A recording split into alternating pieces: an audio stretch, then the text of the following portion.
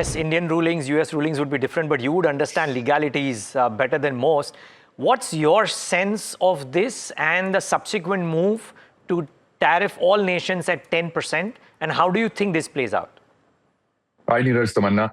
You have some very fine economists on your panel, so I will restrict myself to my understanding of how the legal system in the US is playing out at the moment. And the way I see it is that this is an extremely, extremely significant development. It signals that Trump's political power, as David rightly pointed out, is now greatly diminished. Now, this is a 6-3 ruling against these tariffs, invoked, of course, under the International Emergency Powers Act, which is what Donald Trump had used to bring in these tariffs. And what the US Supreme Court has said is very significant.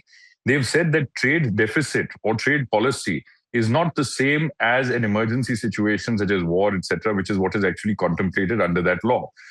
So from that perspective, this is extremely significant. That is one part of it. Second, it was also rightly pointed out that there are some other statutes that are available to the US president to invoke and to bring in other tariffs. And I believe another speaker rightly said that, a dying fish flaps hardest, or an idiom to that effect. And I think that is exactly what is happening. But I do not for a moment believe that any of these additional tariffs that Donald Trump will bring in will, in fact, survive, the legal test when the time comes for that. So all in all, I think it will be a massive bonanza for Indian exporters. And I think the Indian markets will open with a bang on Monday. This is what I see. Insofar as refunds, Tamanna, you had pointed out something very interesting on that aspect. Now, tariffs are essentially, as we all know, taxes that are imposed on that the US government was imposing, right, on their importers. So from that perspective, I think a lot of these US corporations will now start filing lawsuits for refunds. So that will have a trickle-down effect in terms of how pricing is determined going forward, even with regard to Indian exporters. So net, I think this is going to be fantastic for India.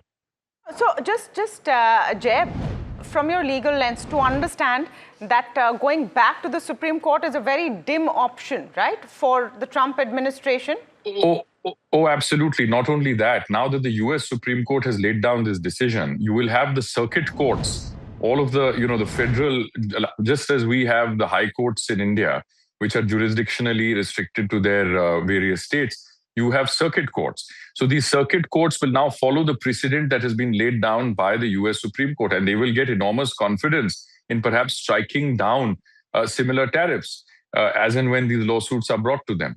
So filing a review, they don't have a similar system as we do in India, that you can, at the drop of a hat, go and file a review or ask for a larger bench to be constituted. None of those options are available to them. So insofar as these tariffs imposed under the 1974 law, which was, this IEEPA, insofar as that is concerned, that goes. And there is another very significant thing.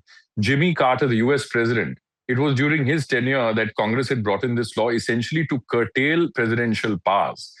This is post-Watergate, right? This is when Nixon had essentially, had shown that US presidential powers could be vastly misused.